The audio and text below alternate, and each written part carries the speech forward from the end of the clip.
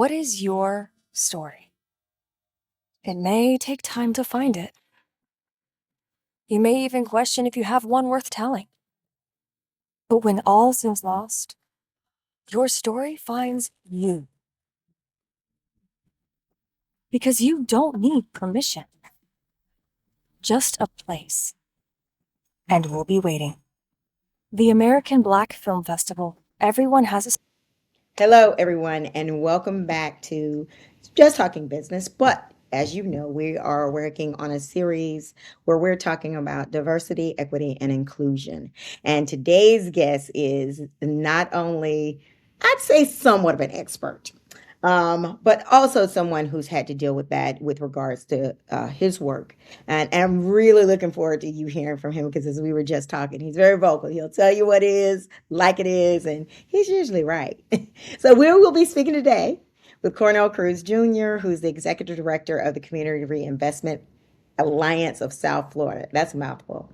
Cornell is the executive director, a nonprofit membership organization serving Miami-Dade, Broward, and Palm Beach counties dedicated to the enforcement and the preservation of Community Reinvestment Act of 1977. His previous employment included 16 years at Partners for Self-Employment. He is the father of 3 girls and a proud grandfather of 1. Cornell's interests include music, travel, politics, history, photography, and learning to cook. Now, I think some of that has changed a little bit, actually. It's now over the state of Florida, correct? Yes, we are a statewide organization, and I have 2 grandchildren now. What? You... Do they have you just rolled around their fingers? My daughters grew up that way, so they might as well just keep doing it. There's no sense in changing now. Are they girls? Everybody's girls? One girl, one boy. Okay, so you finally got a boy. That's going to be good. So thank you for joining us today. You and I talk all the time, and I think we kind of directly or indirectly talk about these kinds of initiatives and services that are desperately needed for communities of color and others, but no longer afforded to us. Before we get started with questions, can you tell us a little bit about what the Community Reinvestment Alliance is all about? Thank you, Stephanie, for having me on. I greatly appreciate it. I love talking and sharing my opinions. The Community Reinvestment Alliance of Florida is a nonprofit organization. We are a statewide membership organization, and what we do is ensure that the banks or financial institutions adhere to the Community Reinvestment Act of 1977. The Community Reinvestment Act of 1977 was built or brought into law to combat redlining. Redlining started in particular, it had always been done, but it started particularly after World War II, when GIs came home and had what they call the GI Bill. So redlining is something where banks and others would actually sit down on a map and draw a red line around black neighborhoods, and they wouldn't do any investment in those neighborhoods. They didn't provide mortgages in those neighborhoods.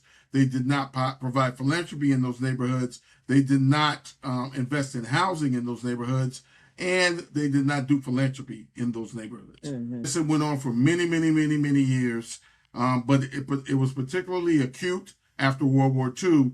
Again, when the military came home with the GI Bill. So in order to freeze those men out, those men in particular who had fought in World War II, in order to freeze them out, they didn't do any type of the things I just named in those particular neighborhoods. So with the law that came into effect in 1977, redlining was outlawed. However, it still goes on to this day. There's been several organizations or several financial institutions who have been fined and redlining different neighborhoods, investigated that was redlining in particular neighborhoods. So it still goes on to this day. So we combat that, but we also partner with the financial institutions to ensure that they collaborate with nonprofit organizations who are providing services, in particularly low to moderate income neighborhoods. We've also been a part of 13 community benefits agreements with banks across their footprints, across the bank's footprints, totaling a little over 350 billion over the last 10 years. Yeah. Well, so it feels a little like this DEI dynamic it is sort of in line with what you do every day, because it was created to create opportunity for others. And by others, I mean not necessarily just African Americans, because we weren't the largest recipients of this, but non-white male individuals and opportunities in the business and employment sector. Um, you talk about redlining still exists today. Are you finding that the eradication of DEI and under this new administration, this new look at services or serving challenged communities, are you finding it more difficult in your role to hold banks' hands to the fire when it comes to what they are supposed to be doing? They're trying to make it more difficult. There was supposed to be a new rule that was supposed to go into effect 1 January of this year. That was the most significant update to the Community Reinvestment Act since 1995. It was going to give the banks more credit for investing in community development financial institutions. It was going to stabilize how they get, or at least move towards stabilizing how they get examined. A lot of people don't know that any bank that's registered in this country right now, there are 3,963 different banks that are registered in this country. Those, if they're registered in this country, those banks uh, get examined every 2 to 4 years. It was going to stabilize that right at 2 to 3 years, rather than up to 4, which had been the standard, and particularly for the large banks. So it was going to do that as well. There was a lot of things that when we were working on this 3 years ago, there was a lot of things that we wanted to get in, but didn't. But at least it was a start towards that. Mhm. This administration killed that and rolled it back to 1995 standards. No, but that's one of the complaints I've heard about this DEI, and I'm assuming it's sort of aligning with what you're It is. saying. Is it's causing for companies, it's costing money, it's causing a challenge when it comes to how you operate. What's your stance on that when people say, I don't want to do this because it's going to either cost me money, it's going to cost me time, it's going to cost me efficiency. What's your statement back? Well, DEI, in my opinion, just doesn't cost. It's not costing you anything. In my opinion, DEI for me doesn't mean what folks try to make it seem it means. Folks try to make it seem like DEI is doing something special for someone. It's not. It's not at all. Not in my opinion. Let me equate it to this, Stephanie. DEI, I coached basketball when I was in the military for about 20 years. And one of the things I never did was I never denied people coming out for the team based on height, skin color, even talent, and the way they use their brains as it pertains to basketball. The same goes for me in a job. I want everybody to give everybody the opportunity to apply. And that's, for me, that's all DEI meant, is that everybody had the opportunity to apply. I still could cut you. I can still cut you, right? But at least you had the opportunity. And it may have been a lack of talent. It may have been a lack of knowledge. It could have been quite a few things. You just couldn't make a jump shot. It could have been quite a few things for me to cut you, but everybody had the opportunity to come out for the team. And that's what DEI means to me. And I agree with you. I think it really just opened, versus you just looking at one type of person or one individual. You now, because maybe you have perceptions, maybe you don't, maybe you're just not even thinking about it.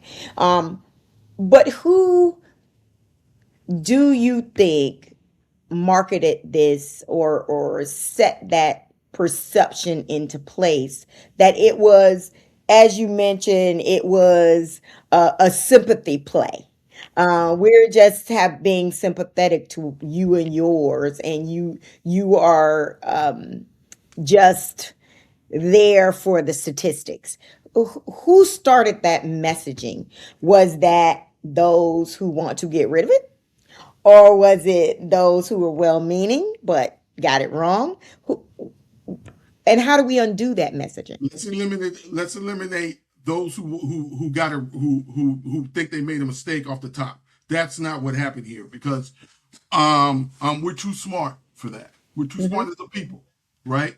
So that let's throw that out of the window. For me, it was those who thought they were losing something they were being disadvantaged at the advantage for others, and that was not for me. That's not the case.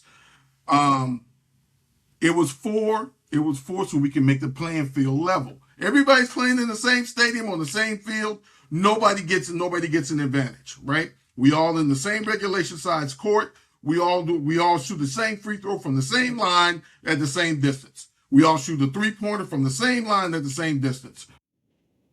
You missed That's it. what this was for. It was too much of, oh, I must be losing because everybody has an opportunity. Really? You actually think you're losing something because everybody has an opportunity? And if I'm owning a business, I want to hire the best person for the job. If I'm owning a business, the best person, male, female, dog, cat, I could care less. I just want the best person who's going to make money for me. But there were those out there who said, well, if we open this up to everybody, then I must be losing. What kind of mentality is that? Why would you think that your business is losing if you have opportunity to invest in every single person to come in and do the best for your company? That is what brings us right back to racism. That's where it starts. Because someone says, "Oh, no, no, no, no, no! I can't give everybody an opportunity. Not everybody, because if I do that, then I must be losing something." And when you're not losing anything, and for as I'm concerned, it costs you nothing because I don't have to pay you to come in to be interviewed. I don't have to pay you to submit your resume. If you show me a company that does that, I want to know who that is. I don't have to do that. I'm just opening up for all of you. And the statistics have also shown that the bottom line is much better when you have a much more diverse audience because they can bring to the table a sensibility you didn't think about and would never think about because it's just not. Exactly.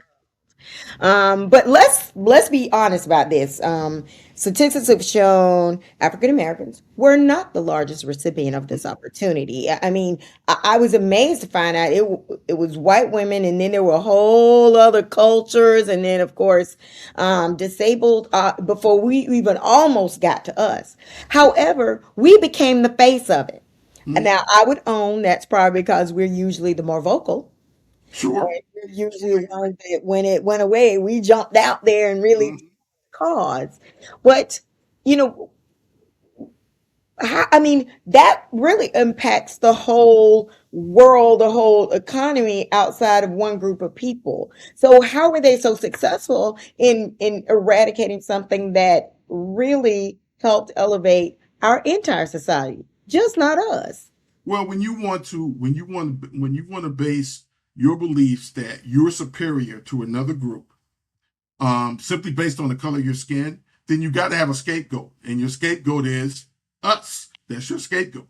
You make it seem like it's all our fault, or that we're not smart enough to do certain jobs, or we're not in tune what goes on in this country, and we're not innovative, which is probably for me one of the big ones is we're not innovative. When we look at the history of this country, really we're not innovative. You really want to go there when we're the ones who invented the AC and air conditioning, and we're the ones who've done a lot of these things, invented the stoplight. We're not innovative. We get the money for it, but Yeah, but we we're the ones that are not innovative. But right. you just need a scapegoat. You need a general scapegoat, so you can say, well, um, that particular group of people were not were got all these opportunities. Were just given these opportunities, just like it was like somebody just came and showered them down on us, and we didn't take advantage of them. And so now We definitely need to get rid of it, because it seems that only this group is smart enough and innovative enough in order to run the world. As I should say, this country. Only this group. They're the only ones. The rest of them can be peons and minions. I'll let them do the grunt work. But as far as being the leader and being leaders of teams that have to do work in these companies, or have to do anything above stocking the shelves, they're not smart enough to do that. You know what I mean? So that's where I believe this comes from. You're elevating or want to be inclusive of only those people who look like you and nobody else, because everybody else is not as smart as you. Everybody else is stupid as far as you're concerned, and they're not innovative. So why do I need them except for to do the grunt work that I don't want to do? So let's talk about us for a second. Let's make this about Mm-hmm. Black folks. Of course, when DEI was eradicated, there was a national call for a Mm-hmm. boycott. That I'm still in to this Um, day. you I'm what now? Say still that again. that particular store I have not stepped into since the boycott started in December of 2024. I have not been in that store. Tell you, I have another friend that is exactly the same. Mm-hmm. Um, I struggle with this. I'm gonna tell you, and I have gone back into the store because I'm a convenience girl. That's true to my form. And by the way, also when I buy a lot of black hair products, they got them. Mm-hmm. So, but I'll tell you what my struggle was a little bit is one, black businesses got hurt because they were carrying black lines. Mm-hmm. So some black businesses suffered. And the biggest challenge we have is the boycott of the civil rights movement was done during a time of segregation. So when you boycotted a big box retailer, you had other people you could go to. Exactly. I hear what you. Fortunately, desegregation, we kind of relinquished a lot of that. So, we don't own gas stations like we used to. We don't own, stores that can carry big products for a little bit of nothing. We don't own that anymore. So it almost becomes, where else are we going to go? You know what I mean? So that's where I struggle. Is that the right strategy to recreate that? Or should we be coming up with a strategy that impacts us today? So that's a very interesting question, and I get it. I understand what you're saying, because there's another organization that I still do things with because of the availability of the products that I want. I think that we need to have continued dialogue with these folks. I mean, you just can't shut them down and go, okay, no, I'm not going in there. Um, um, they That particular store has done some things to try to come back, but they haven't come all the way back. And I think that's one of the reasons why the boycott continues. I also believe that we have to voice our concerns and voice our opinions. We cannot. There was a move afoot when DEI, this DEI abandonment, what I like to call it, was going on. There was a movement afoot to say, well, yeah, let's call it something else. Let's just talk about it another way and enter into it. And I'm a firm believer in, when I talk in gray areas, you listen in gray areas. So when we try to avoid the conversation and try to come at it something else, we're not solving the problem. Those are the words. DEI didn't just come out in the 2000s. DEI has been originally been around since the early 1940s, when a professor at Harvard started talking about the diversity, equity, inclusion. This is not something new. As a matter of fact, Dr. King inserted it in a lot of his speeches. This is not anything new. So let's don't change the conversation for the convenience of someone else. Because when we do that, then the conversation changes, right? So we don't need to change the conversation at the convenience of something else. We need to be continually having these conversations and letting them know, okay, here's what you're not doing. You change and here's how it hurts us, and here's what we could be doing. Continuing to have those conversations, continuing to apply the pressure. To apply good pressure. in Well, order my to. thought has been, and I've said this before to someone with the NAACP, is, why aren't we looking at, instead of looking at big box stores, looking at products that's owned by folks that definitely have demonstrated they don't want to support DEI? Okay, well, then I can, because if I go after one, if I decide if we go after boycotting one product, then there's always availability in other ways. So, that's, But that takes leadership in order to it does. form something like that, Mhm. where you know, and let's refer to it as this, an alternative, so that businesses have another place in order, another marketplace in order to sell. We have the technology. Yeah, we have the technology, we have the innovation. We can do that ourselves. It's going to take leadership. Somebody's going to step out front and say, okay, look, let's hire folks who are going to do this with us, and they don't necessarily have to be black. They could be anybody, but who want to who believe in, okay, look, everybody should have the opportunity. So look, why not step out and come up with a way that those businesses that want to serve everyone can actually be on a platform where they can actually sell to everyone. How about that? Here's a challenge. I think that's an excellent idea. The challenge we have sometimes is those that have the guts to step up and take the charge and lead, or maybe are just a lot more vocal, may not be the right people to lead that particular charge because they just don't understand that.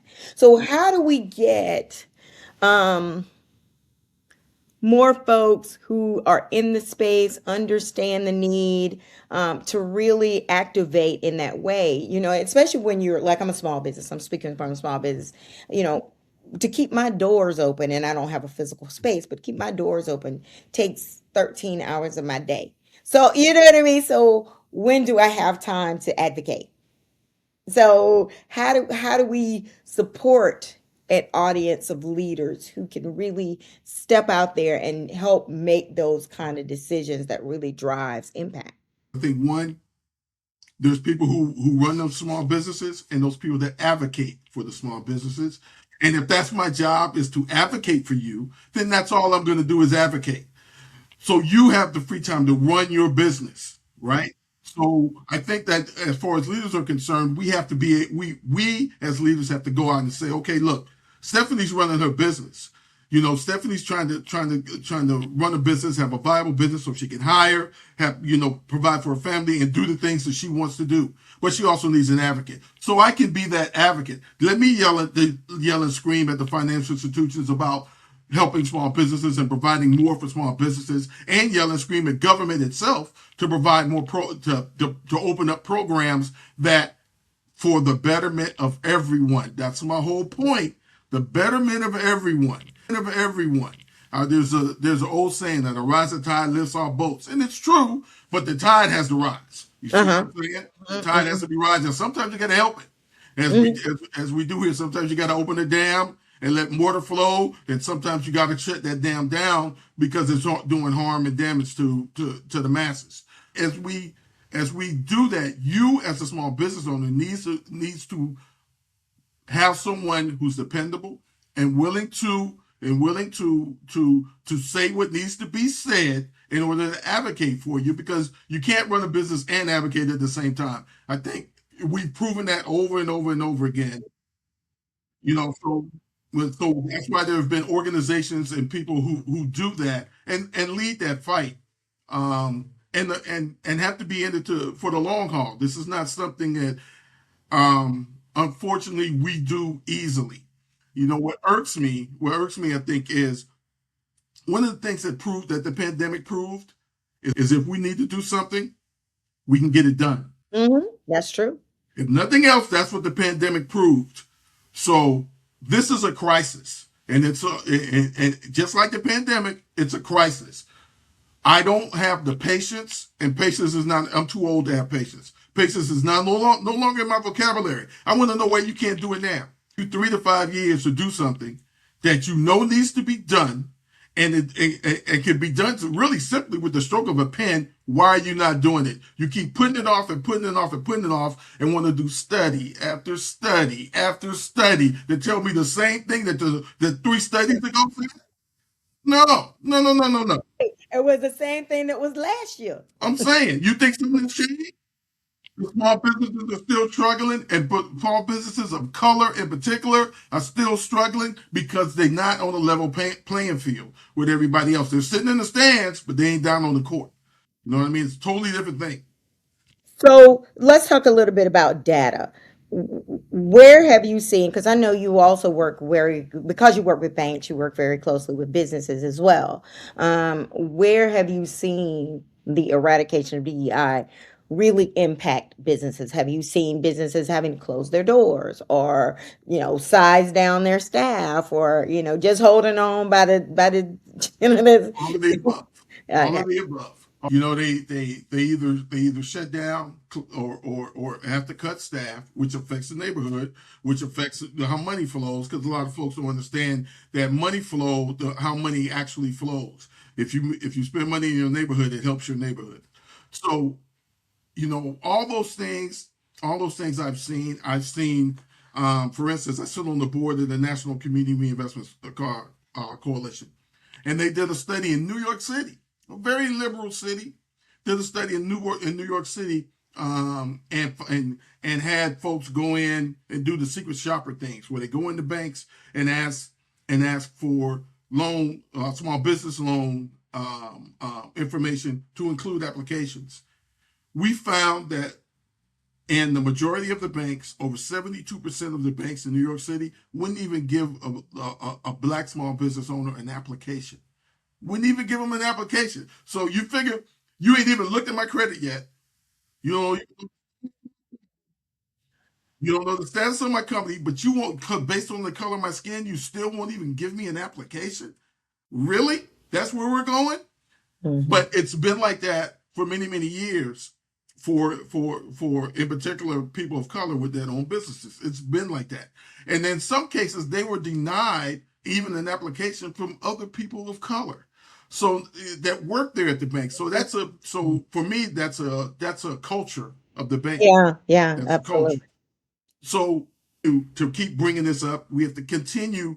As I sit on several boards for banks and community advisory boards and community collaborative boards, and I tell them when we sit in those meetings, look, if we're going to have a conversation, let's have a real conversation. Let's not pay lip service, right? Let's have a real conversation about what's being done as you tell me, well, Cornell, we can't call it DEI, but we're going to continue to do it. Really? That's what you really want me to believe? I understand. I understand.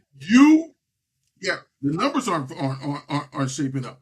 You, as a staff, may feel, as a person that works for the bank, feels that all day long.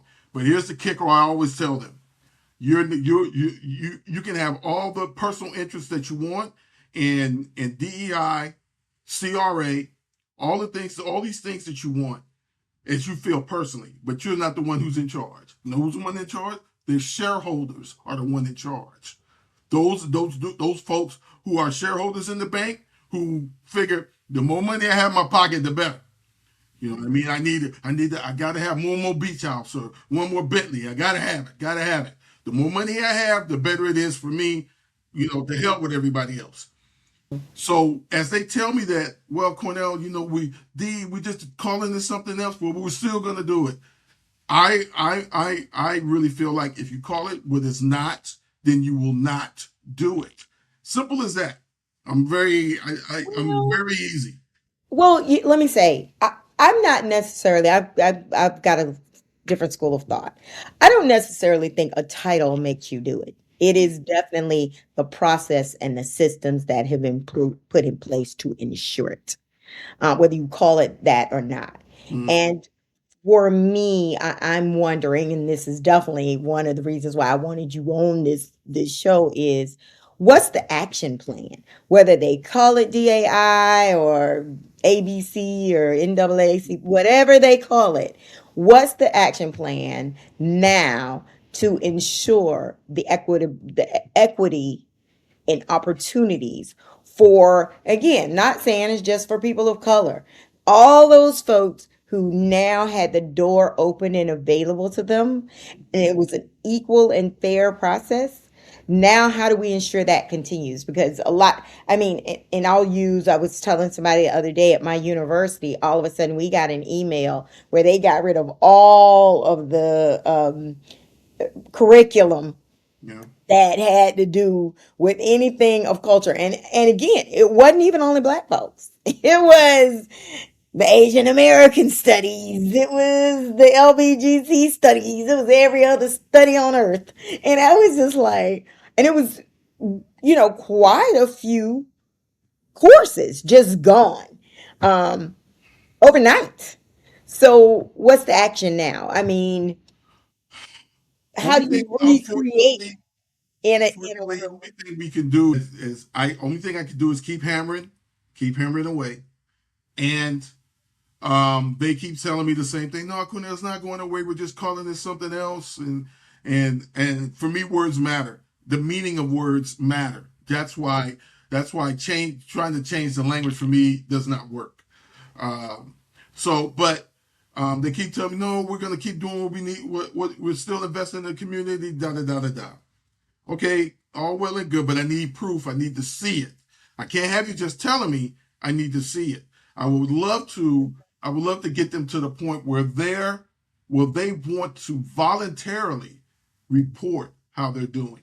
That we don't need. I don't need, as an organization, as a nonprofit organization who helps monitor the financial institutions. I don't need to have to ask you for it. I would love for you to just, okay, here's what we did. Here's what we did this quarter.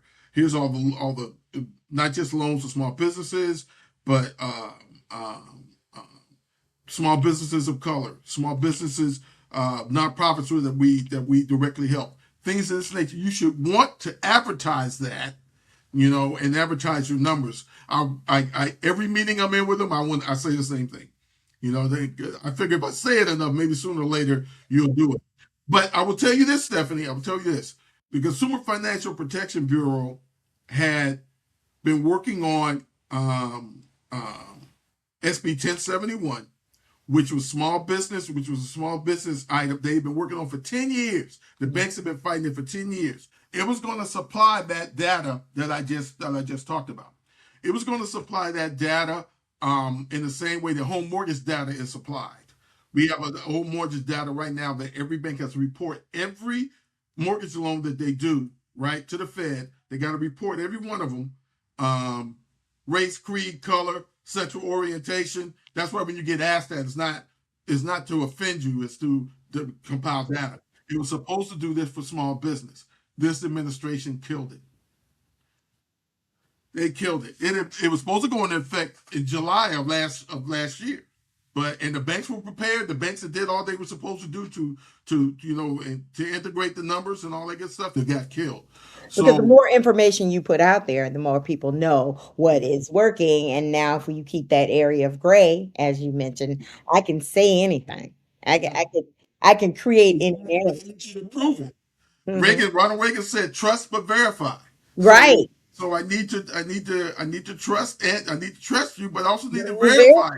You Hmm. know what I mean? So it's a tough battle, I think, but it's something that we got to keep pushing. We can't sleep on it, because especially with everything that's gone on over the last 12 months, uh, with the killing of DEI, the regressing of the CRA back to 1995, the not doing SB 1071 reporting, all that stuff makes it harder for us to find out who's not doing what, and we want to be able to say, okay, if you're not serving the community, then we need to speak out against you. If we have to protest, we'll protest. If we have to write letters, we'll write letters. If you need to be punished, I want you to be punished, because I just believe, give everybody an opportunity. Everybody. Don't just take all that money and hug it right here, as if I don't spend money, because I do. And I have three daughters that spend money. You know what I mean? I have two grandchildren that grow up and they're going to spend money. Everybody has to spend money. And as far as African Americans or the Black diaspora is concerned, our money that we spend in this economy is incredible. Absolutely, the amount of money that we spend is incredible. And let's be honest, we start trends. We start trends. I was talking to my daughter because my daughter was talking to me and asking me about what I do, and I was like, "Well," I said, let me explain something to you. As far as the so-called black economy is concerned, our portion of it, you know that, you know, let's use Timberland boots for instance. Timberland boots was big for construction workers. You know when regular people start wearing them, Rappers started wearing them. hip hop started wearing It did. all the rappers start wearing Timberlands and jeans. Where do you think it came We from? lost their mind. Only thing they sold, Timberland has been around for a very long time. Very old company. They only sold to construction workers. And now look at them. They got styles for everything. And that's because of black people. Look, we couldn't keep those. I was a assistant buyer for a while, and my area was Timberlands for women and men, and we couldn't keep those things in. I mean, they just and look, we're in Miami. I was like, it's hot out there. Why are you Right here. those things? I got at least 2 pair in my closet right now. Because a rapper showed up on a stage in those things, and I was like, okay, The same with baggy jeans, the same with big yeah, t-shirts, the yeah. same with shirts. And some of these The people, braids, yeah, I was telling, I said, the some of kitchens. these people really hate us, but without us, even the big houses like Gucci and all these people, some of them really hate us. You know, you can tell by how they treat us when we go in the store. But we're some of the ones that made. Granted, Gucci was always popular among the elites, but the folks who are middle income never thought about buying Gucci. Back in the day. But black people would save and scrimp their pennies and buy it, and now it's become so popular that Gucci figures they got to put their name on everything. A hat, a suitcase, whatever it is, they got to put their name on it. We got cars now having Gucci in Gucci designs on the interior or even the exterior, which I think is stupid, but it is what it is. Right. But I mean, it was led by the way we have started trends in this country that nobody else started doing, and it came as with necessity. So people That's just start true. wearing them and say, "Oh man, that looks good," and now, boom, it's across the world. Everybody, I said, you know what? I said when I was growing up, we didn't wear ripped jeans. You put a patch on them. You know what I mean? You put a patch on the patches you can actually buy for your jeans. You didn't wear ripped jeans. But by the time I got to high school, ripped jeans was a thing. You had to rip them yourself. You could never buy them anywhere. You had to rip them yourself. And I said, we had one girl who actually became a fashion designer in New York City. And she would, if you wanted your name and bleach on the jeans, you would give them to her and she would do it. And that's where it came from. You know what I mean? And she was great at it. So we started trends. We spend so much money. We're the cause of a lot of trends to be done. Why would you deny? Why would you not work with these folks? Why would you deny these people the opportunity to put their brands in your stores or put their products in your stores? Why would you deny that? For me, it doesn't To make you more money. That's the thing that's always amazing to me. Be just smart tell. about it. But and I agree, but here's what it tells me that racism is more important, even more important than money. The money. Even more. I stated at our summit a couple of summers ago that between the years 1980 to 2015, America it was by the International Banking Federation that America lost over $310 trillion from 1980 to 2015 just on racism. Wow, that's interesting. Somebody did a study on that. They did a study. And here's the amazing thing that really that proves to me that racism is more important than money. But wait, what were the points of reference in with regards to that loss? They talked about denying loans, loan denials, denying mortgages, not not investing in people and communities of color, and even philanthropy. They counted. They put all those data points in because they showed how the investment in black small business or businesses of color is not the same as in white businesses. They showed how I'll send you the study. They showed how investment in neighborhoods, in black neighborhoods, was not, or neighborhoods of color was not the same as in white neighborhoods, even white poor neighborhoods. Because the same, when you go into a black neighborhood, you see three things at least. You see a liquor store, you see a payday lender, right? Or you see a small convenience store with no supermarket, no real supermarket per se. All of these things contribute to is racism. Why not place a store there? You know who? When I think about that, and when we talk about that, you know who comes to mind? Walgreens. Walgreens will put a Walgreens anywhere. You ever notice that? Notice that? You can Yeah, find Walgreens any neighborhood. They can care less. that's They true. they That's can very care true. less if they And it's consider even close by. There's one over there and there's one over there. if it's a bad neighborhood, they put up a big tall fence around it. They can care less. They just want that money. They can care less. So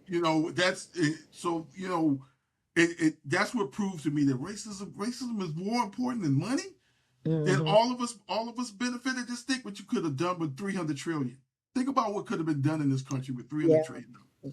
Now, okay, so I actually am one of those people, and maybe I'm just being naive. I'm a little optimistic that we've Mm-hmm. turned this corner in terms of DEI, not because I don't feel like it was necessary, but I think it forces us, in particular folks of color, to recognize it's time for us to dig in and set into place processes and systems that outside of whatever y'all do over there. Whoever comes in with a racist policy and decides to rip everything out from under us, that we will survive. We will be okay. We will be able to um, make money and serve our community at the same time. And it's going to force us to do it. That's where my optimism lies. But that's my thought. No, What is your thought, and what's the action plan? yeah, I'm optimistic too, but I'm gonna have to force the optimism on someone else.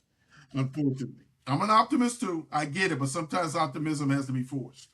Every Yeah. now and then, every now and then, to get you to see outside the little box that you're in. Yes, You know, absolutely. you got to poke holes in that box, and Mhm. you got to do it from the outside in order to get them to understand how important this is and how we all can benefit. With the opportunities. So I'm gonna it's gonna happen. It's just like me. I never thought that we'd have a black president in my lifetime, but we did. Right? So I would prefer it to happen sooner than later, and I believe that it should happen sooner than later, and it can, but there are forces that are totally against it. That bothers me. But we know that. So, to my mind, and again, maybe I'm just being naive, because you know it, what's the way to set ourselves up for success despite that? And in a way that, you can't do nothing about it anyway. So, I think the mindset has to be changed, especially as far as government is concerned. Well, this present government is concerned, both Fed, state, and local. And I also believe that folks need to understand that a dollar is a dollar. It's still green, no matter who hands it comes out of. It's still green. It still spins, right? It's still monetized. It's still monetized. and we have demonstrated So that we can, when we do boycott, it so does have a great impact on because the of economy. I mean, that store just lost their yeah, CEO because because of our within buying swift power. time. Because of our buying power. Right, exactly. Exactly. So now they've got to fix. So I got that, but it's just more that I feel needs to be done. And I think you Oh, and I love to push are buttons. one of the So people. I'm with you. I love to push buttons because I want to see everybody strive. not just any certain particular group or culture, but everyone, because it makes everyone more. I think that's what's going to change, has to change in this country. You know, we've been built on racism, and we still here. Here we are, Right. 2026, and we We ain't still going here. nowhere. That's the part that We bothers ain't me. going We nowhere. still here. Right, You right, know, right. and it doesn't make sense. There's plenty That's of right. ways that it could be done and should be done, and it does not take years and years and years in order to implement it. So with that, and I'm glad that is a powerful way to end the interview. Before we go, how can we find you? Again, I'm the Community Reinvestment Alliance of Florida. We do a couple of things. You can find us online at reinvestmentalliance.org. Please become a member. Help us talk about the things that we can do in order to make it fair for everybody. We also have a Just Economy podcast. Stephanie has been one of my guests talking about small business, and bring me your ideas of how you think things can change. I'm going to be in DC in April for the NCRC conference, and one of those days I will be up on the Hill talking to legislators and Congress people up there talking about the needs of the communities. So send me those ideas so I can bring those things up, and we'll continue to fight. The banks are I continue to work with the banks in order to bring partnerships, innovation, as well as collaborations in order to do some things in the community and to reinvest in you as community. So, and then last thing I'll say is May 14th is our annual summit. It will be at Gulfstream Park in the Sport of Kings room. You'll hear a lot about updates on CRA. And one of the big things we're going to do this year, Stephanie, is we're going to have a panel on social impact investing. So I want to not only bring together foundations, but I want to bring in private impact investors, folks who got money. And if you live in South Florida, live in Florida, period, you know the amount of money that is surged into our state. And we want them to recognize the organizations and be able to work with the organizations to not just write a check, but also volunteer to help our community. So this year we're definitely going to talk about social impact investing. So that's a biggie, not only for the nonprofits, but for you as well, Stephanie, because I will look out for that. because the small businesses are needed. You know, we lost for the first time last year in Miami-Dade County. We lost the population. We lost over 1,500 people, and most of those people were low to moderate income. They just couldn't afford to live here anymore. Right, right. I understand teachers are leaving here in droves. I mean, that's a good profession, and if you can't afford to live in this city, I don't. But I recently heard finally the housing prices are starting to go. Starting to moderate a little bit. Yeah, It's still way too expensive to live in Miami. I know. Fingers crossed. Well, thank you so much for your time. I really appreciate it. Appreciate it. And y'all come back again. We will definitely keep this conversation going. Thank you so much and have a great time. We'll actually try to do it live next time. All right. Bye bye.